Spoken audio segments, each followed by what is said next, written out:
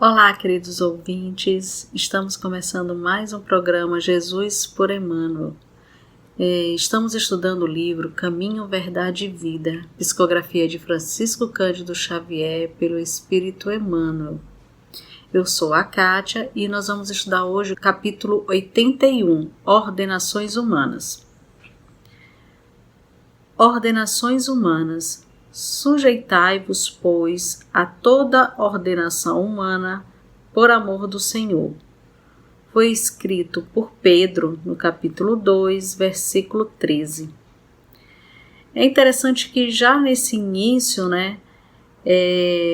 Pedro dá um conselho, que nós temos que nos sujeitar às ordens, então, para que a gente possa viver em sociedade. Temos que ter leis, temos que ter uma ordem, e ele frisa aqui que seja por amor do Senhor. Então, tanto como cidadão, nós temos que seguir a lei dos homens, como também nos cargos de comando, os responsáveis por essa ordem, pela ordenação humana, é fundamental que tenham o Evangelho, o amor, o pensamento de amor de Jesus. É bem interessante isso, porque quando a gente fala em cargo, ou no poder, a gente pensa às vezes muito pelo lado negativo, mas eu acredito que tudo tem que ter, pode ser usado tanto para o lado negativo quanto para o lado positivo. E é justamente isso que Pedro está se referindo aqui. As pessoas que têm um cargo de poder, por exemplo, um político, ele tem que, se ele tiver uma evolução moral e intelectual, ele vai fazer muitos benefícios, em prol da população. É essa a finalidade, na verdade, Só que muitas vezes a gente se foca, a gente imagina o lado negativo da coisa. Mas não é bem assim, Importante é que também a gente faça a nossa parte.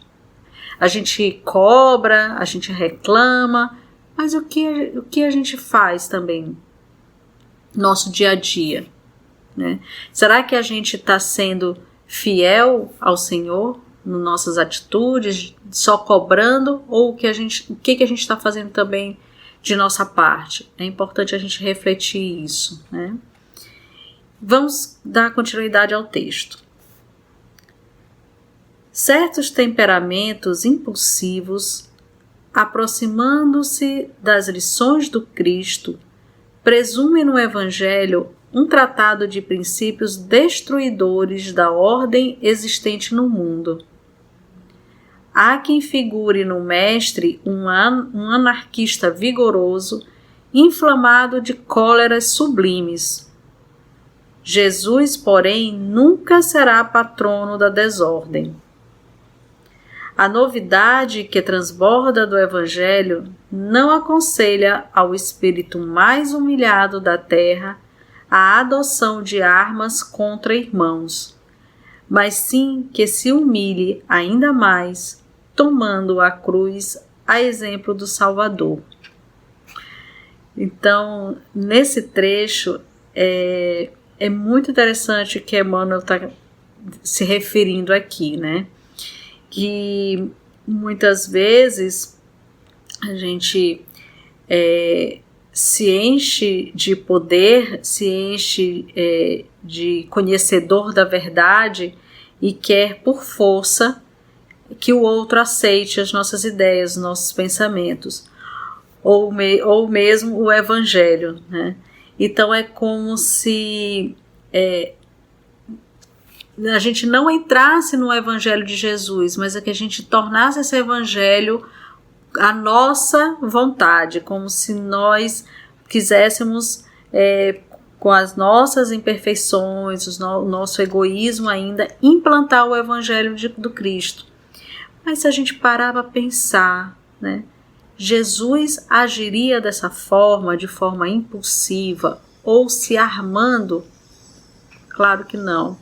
A exemplo dele, ele não usou nada disso. Nem ele era agressivo, nem violento, e não usou armas para implantar o evangelho. Então, a gente tem que ter muito cuidado em relação a isso.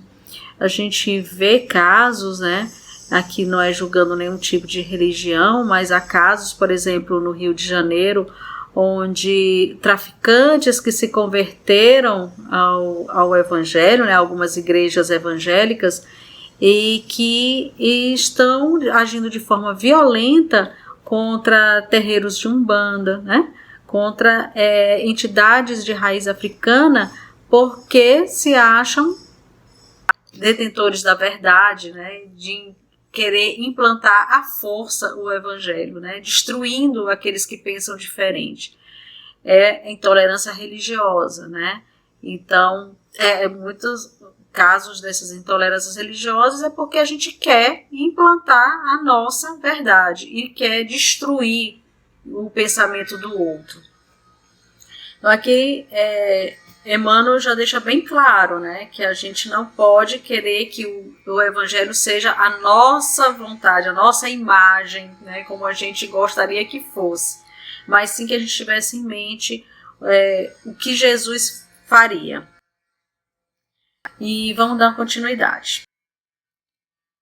Claro está que a Boa Nova não ensina a genuflexão ante a tirania insolente. Entretanto, pede respeito às ordenações humanas por amor ao Mestre Divino. Se o detentor da autoridade exige mais do que lhe compete, transforma-se num déspota que o Senhor corrigirá, por meio das circunstâncias que lhe expressam os desígnios no momento oportuno. Essa certeza é mais um fator de tranquilidade para o servo cristão que, em hipótese alguma, deve quebrar o ritmo da harmonia. Então, aqui ele fala, não é que você tenha que aceitar tudo que a gente vê às vezes de errado, né? Nesses cargos de comando, né? Nas ordenações humanas, mas que a gente não se revolte, que a gente não queira revidar, né? E a gente, pela doutrina espírita, a gente sabe que tudo que a gente faz, seja de bom ou de ruim, terá consequências. Então, aqueles tiranos, né, que vão impor a vontade, estou imaginando como um governo, né? Então, um governo tirano, a gente tem que se submeter porque nós vivemos em comunidade, porém, não quer dizer que a gente tenha que concordar, né? Ou que tenha que revidar através da luta, através da guerra, né? Levantar armas. Um grande exemplo que eu lembro, que eu vejo disso, eram os próprios cristãos lá no início do cristianismo, no cristianismo primitivo, que foram ao sacrifício sem negar o Cristo, né? Eram jogados aos leões ou então queimados vivos. Em nenhum momento eles negaram o Cristo.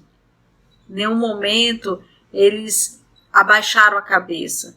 Eles iam para o sacrifício, muitas vezes até cantando louvor a Deus, né? Quer dizer, aceitando aquilo ali, sem negar o Cristo e sem usar de violência, esperando que pela lei divina haverá sim uma reparação, um reajuste disso daí nas pessoas que estão causando dor e sofrimento. Eu acho que é de uma responsabilidade muito grande hoje, sempre, né? Mas a gente trazendo para a nossa atualidade um cargo de comando, um cargo de poder, a responsabilidade que é para essa pessoa, né?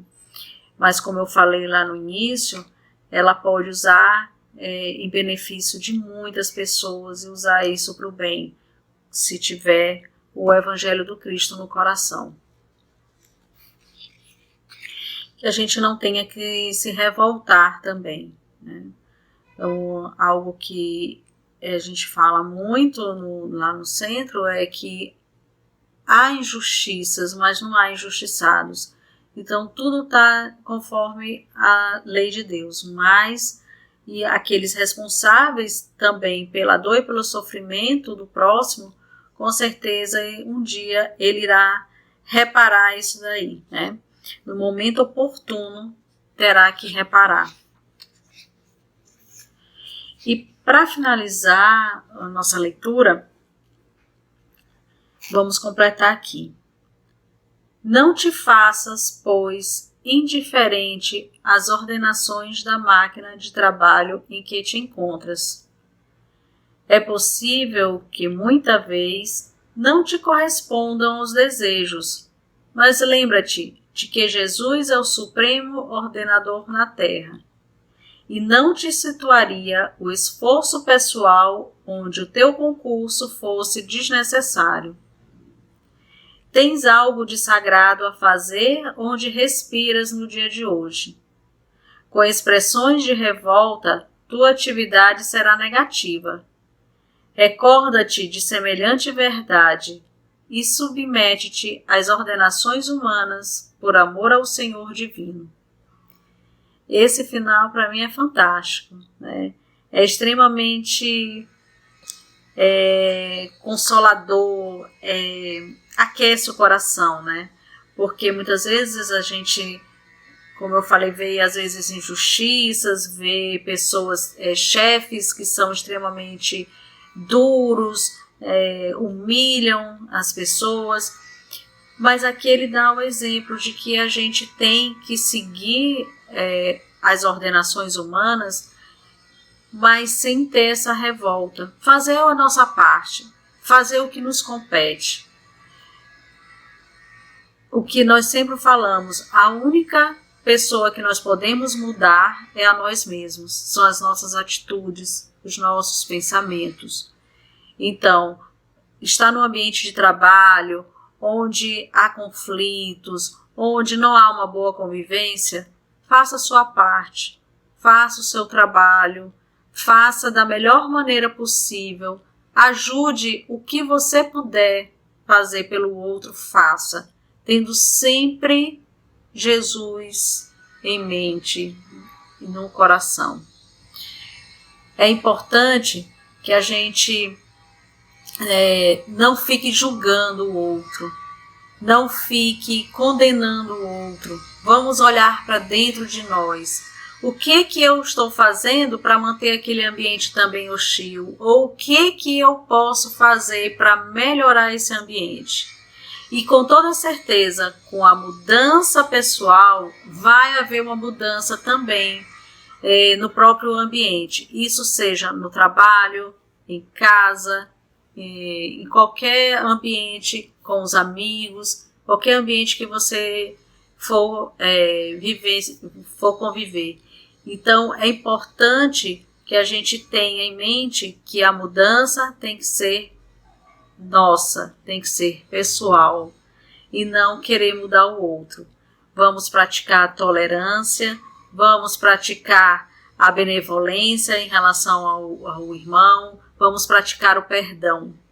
Então, vamos ter em mente que nós temos que participar das organizações humanas aqui enquanto encarnados, mas termos sempre o coração cheio de amor. E amor, pensar em Jesus. Bom, meus queridos irmãos, essa foi nossa leitura de hoje. Espero que tenha sido proveitoso, né? Proveitoso para vocês o nosso estudo do livro Caminho, Verdade e Vida. E em breve teremos um novo capítulo 82 do estudo, né, do livro Caminho, Verdade e Vida. O próximo programa é o capítulo 82. Muita paz a todos.